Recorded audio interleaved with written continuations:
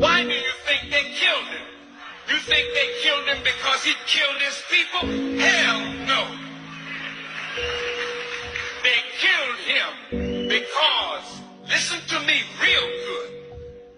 You touched my nerve with that question. Did you know that in Libya, nobody's homeless? Listen, everybody in Libya has either a home or an apartment. They call it a flat.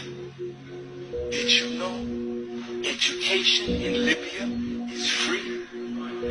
From kindergarten through college? And did you know that if a Libyan wanted to come to America to be educated, the government in Libya paid for their education? Did you know that? I was there when he opened a $500 million hospital with 18 theaters for operation. I was there, and we went when he was making their own medicines. See? This was a man that gave free medical attention to all the citizens of Libya. And if Libya did not offer that kind of medical attention, they could fly anywhere in the world and get it. And the Libyan government would pay for it. Did you know that? No, you didn't. Did you know that from the oil money, every Libyan citizen got a stipend every year? And did you know that that man had no debt? Everything in his country was paid for. See? Now when you got a man that did that for an African nation and was trying to do that for all Africa, how do you think Europe felt about that? Well, I was with Moamer Gadaffi when Gadaffi insurged in 1999 advanced coming out of the OAU to the African Union with a vision of the United States of Africa.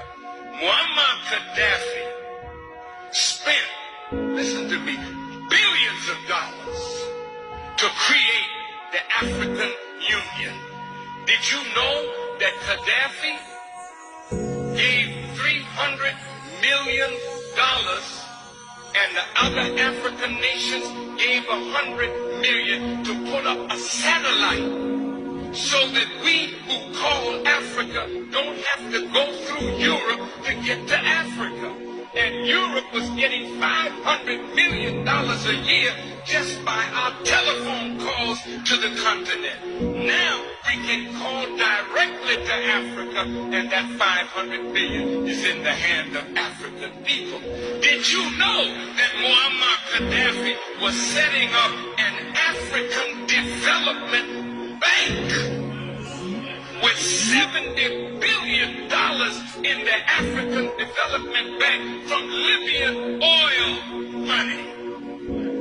That we would not have to borrow money from the IMF and the World Bank at these exorbitant rates.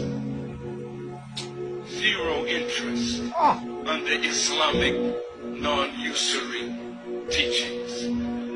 I just left St. Kitts, and in the island of St. Kitts, he was going to set up a Caribbean development bank. He told the prime minister there, and he was going to put $1 billion in that bank for Caribbean development.